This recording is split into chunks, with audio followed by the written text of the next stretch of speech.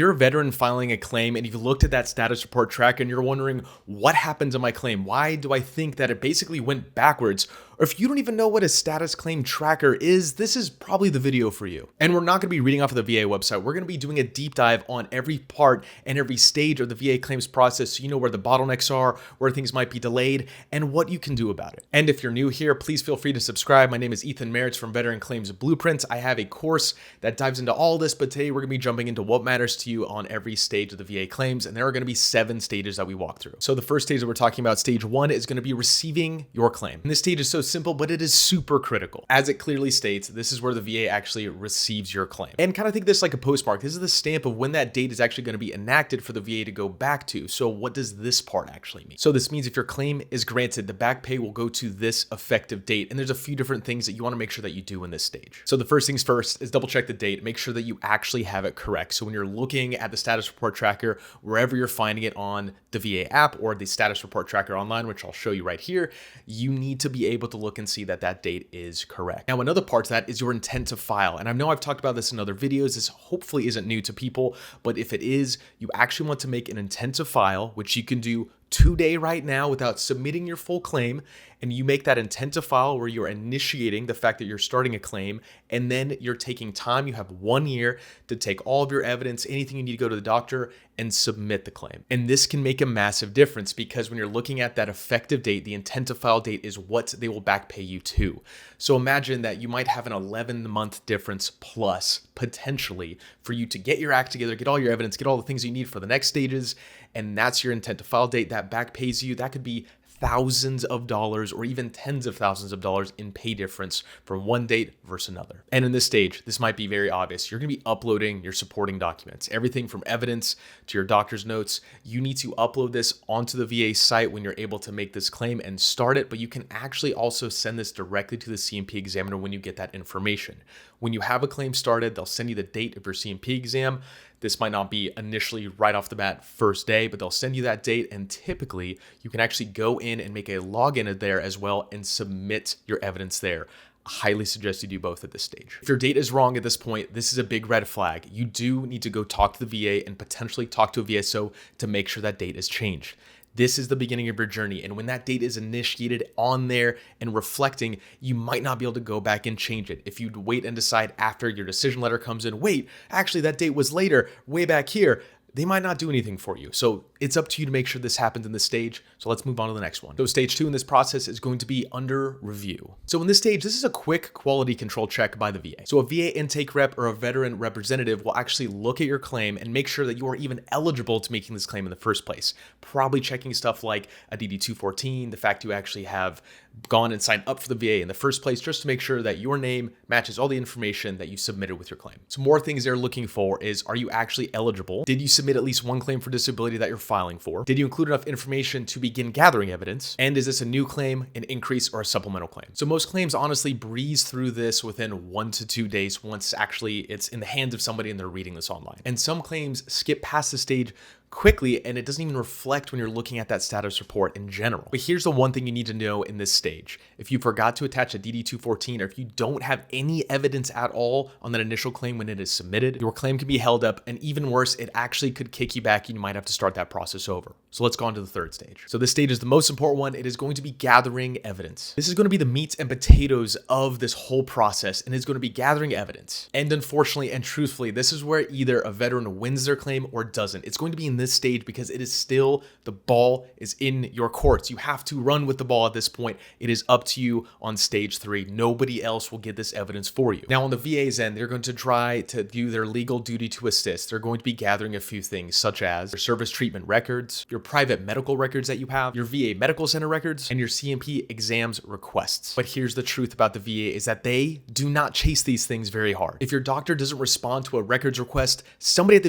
VA will most likely not follow up and will not chase that person down to get that information. If you don't respond for a request for information or respond to the C&P exam that you need to go to, they might just entirely kick you out of this process. You need to be very proactive in the third stage. And this is why having a fully developed claim is the most critical thing that you can do for yourself going into stage 3. And for everybody watching this video on YouTube, this is why I built a course. Stage 3 is what my course accomplishes to make a fully developed claim for you to submit. Everybody on YouTube gets 20% off with the link below for my full course teaching you everything that you need to know. And in this stage, you are acquiring, connecting the dots between your buddy letters, your personal statements, your doctors, your Nexus letters. If you don't know what those means, or even if you do know what those are, but you don't know how to actually present them well, look at my course to make sure stage 3 is complete. Click it now. But also at this stage, this is when you're most likely to be scheduled for your C&P exam. This compensation and pension exam is going to come in the form of a contracting company. There's a few that I can name: QTC, LHI, and VES. Those are all typical companies that you'll hear from and see a name or an email attached to the C&P exam. It's not going to be from the VA at the VA itself. And please, for the love of God, do not miss this exam. If you miss the exam and you do not reschedule, you have one opportunity within this claim cycle to go back and reschedule. You cannot do this a second time or you will be out of the process. You'll have to start again, which means, guess what? Going back to stage 1, that date will then be gone and you'll have a new initiation date, which means you lose a lot of money. And a pro tip from my course, just to bring it all back together, is look at the VA schedule rating for exactly what you're going in for before this exam. Know the symptoms, the keywords that they look for, know what you wrote down in your personal statement and how it relates to your story from service. Not the "I feel bad sometimes" or "once upon a time this happened." That will give you a 0% rating at best, or just not service connected at all. Now, this isn't lying. This isn't even exaggerating. This is using the VA's verbiage and being truthful. So when you've completed step 3, gone to your C&P exam, or at least have one scheduled, we're going to be going on to stage 4. So stage 4 in this process is going to be reviewing the evidence that you provided. So now at this point, your rater has everything that they need to start making a decision. Your claim has gone through the triage of everything that it needs to. You've provided all your evidence, you've gone to your C&P exams, and again, remember before this, you've gone and updated all of your doctor's appointments too and provided all this packaging to give to an actual rater. Okay, so let's get a lay of the land. What is this rater looking for when they have everything packaged together? They're going to be first and foremost looking and making sure that what you're claiming is a current diagnosis. Current means within the last 6 months, maybe within the last year at the most, but it's not going to be this happened 10 years ago and then you have no track record. Current diagnosis. They're also going to be looking within your story of what you presented and what you wrote about the in-service event. Or they're going to be looking if you were deployed and this is a PACT Act claim. If you don't know what that is, please watch other videos that I have. I'll put one up here for you. But the PACT Act is a superpower because you don't need the in-service event specifically. It's going to be judged by this rater, but under a legal differentiator. You were deployed in a combat zone or in an area with something that gives you the high chance and high risk of having the diagnosis. That is kind of where the PACT Act is helpful. And lastly, they're looking for a nexus. And I'm not talking a doctor's nexus letter. That is a very specific thing that you can provide, but they're looking for the nexus that connects your current diagnosis with the in-service event or the PACT Act. Those two need to connect for you to have a rating. And this is where the benefit of the doubt doctrine starts kicking in. 38 CFR. If the evidence is roughly 50-50, that's maybe it's not service connected, maybe it is, the VA, is supposed to rule in your favor if they are unsure. And actually, I believe this happened to me because I had a GERD rating that was on standby for many months and it was actually under a different review process that I didn't initiate. And I think it was because they were going back and forth on the service connection part.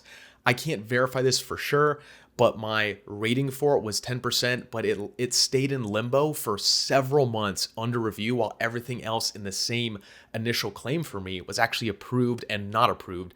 That one stayed in a review.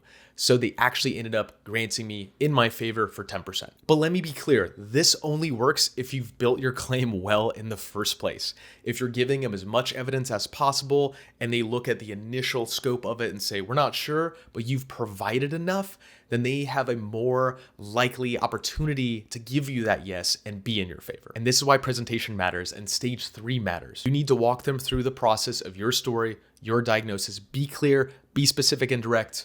Let's move on to stage 5. Stage 5 is going to be the preparation of your decision. So stage 5 is the waiting game, the purgatory stage. And this is the stage that drives most veterans the craziest because they don't really know what's happening. Okay, so let me just explain what's happening for stage 5. A senior VA rating official is now preparing your decision. At this stage, they're reviewing all documentation to make sure it's legally compliant before they send a decision letter. They are cross-referencing the VA schedule of ratings, M21-1 and 38 CFR. And this stage can take weeks, and it can even take months. So do not be alarmed. If you are stuck at stage 5, it is a waiting game. There's nothing you can do about it. And at this stage, if there's something that you need to clarify within a CMP exam that was maybe a little bit iffy, that's one of those reasons why it may take longer. And if something is so vague, they actually might send you back to stage 3 to a CMP exam, or they'll give you a phone call and ask for something to be clarified on your end. So at this point, if your claim bounces back a stage, do not panic and do not be alarmed. It just means that they're looking for something specific in your rating, and maybe you do need to go back to some examiner to get this thing clarified and evened out. This stage is where the attention to detail really paid off. Let's go on to stage 6. Stage 6 is going to be pending decision approval. So now a decision has been written and you're actually going to get that decision letter. But before that happens, a supervisor of some sort is going to give it a once-over. This is a second set of eyes that once the decision's made, they just make sure that there's nothing that is missing with information and that everything is clear and concise for the wording, the verbiage, and the legal compliance, like I said above. It's another checks and balance. Okay, so why does this happen? Well, realistically, the VA wants to avoid appeals. They want to avoid some mistakes. They want to avoid embarrassment. They don't want to have to make you go through more processes and take up more people's time that work for the VA getting paid a salary to relook at your stuff because somebody didn't check it thoroughly. So this usually takes a week or less, but it is the last stage before something goes out the door, and then we land into our final stage, stage 7. Stage 7 is preparing for notification. At this point, your stage is complete. It is getting written, printed out, and sent to you in the mail. And guess what? It actually shows up on your VA app and online before it gets to you in the mail anyways. This is the stage where your rating actually shows up in the VA system for the first time, and you will actually get to see it. Now, technically, you shouldn't see the whole aspect of this until your VA letter gets to you, but using the VA app and even going online, I've been able to see the day the decision was made because I was frantically refreshing to see this GERD thing if it was going to make a change. I was frantically refreshing and actually saw that my decision letter came in when my rating changed. The rating changed. I didn't see the decision letter yet. It's sort of like they updated the system on a Friday. And by following Monday, I checked again and I read my decision letter on my phone. And then I actually got my decision letter in the mail about a week after that. Okay, so you are not done yet as a veteran. You need to do a few things at this stage just to make sure everything's good. So the date that it will have based on your rating, it should be some blocks. Maybe there's a change of ratings or maybe it's a new one. Look at the effective date. That date should be the same date as the intent to file date. That is the first thing that you need to check. Secondly, this is when you should actually receive back pay. It might not be that initial first day that you get the letter, but it should be within this month. And you need to make sure that the back pay actually adds up. So you might not be able to do this very easily. Let's say you're going from an 80% rating to 100 and with a change of 6 months. So you need to do the difference of 80% and 100 for 6 months, times that by 6 months, and then do the math, the whole deal to try to figure out what the difference is that you had lost to get to the 100% rating and make sure that is the back pay amount that you have. I was in the infantry. I ain't good at math. You guys can figure this one out on your own, but make sure your back pay adds up correctly, or if you're not sure, give the VA a call. Okay, so the fourth is if you've claimed 2 things that could be considered bilateral, give that a check. There is a bilateral factor for, let's just say, legs. I have sciatica in both legs, and there's a bilateral factor that adds a little bit more of a percentage. And that is actually really important because that could be the difference between 80 and 90% with the bilateral factor. Let's say you have this in both your legs and both your arms. The bilateral factor difference could be what kicks you over a 10% area instead of staying the same. So go ahead and look into that. Make sure that the bilateral factor is actually in your decision letter. This might be a little bit harder to find. And again, check with the VSO if you can't. And lastly, did they miss anything you submitted? So when you have your ratings, let's say you're looking into making an appeal because they missed something, did you actually check everything? If you thought your rating was low and they wrote in there why, it'll be a paragraph of why they thought their rating was low. I did this with one of my claims because I said, well, wait, no, I mentioned my frequency and I mentioned it at the CMP exam and I wrote it down. And the rating that they gave me didn't match the scheduled ratings. It was a 30% to a 50% difference, which is huge. But exactly what I had said, which was true and tracked with an app that I had that was tracking this problem that I was having, that was all there. I actually had all of the evidence there. So I made an appeal because I made sure to check the writing that they gave me under each condition. So in stage 7, if something is off, get to the VA quickly. You have an appeals timeline that is typically fairly short, 30 to 60 days, but also if something's just plainly wrong, talk to your VSO if you have one. Give a call to the VA directly before they take any longer and you have to restart any sort of process.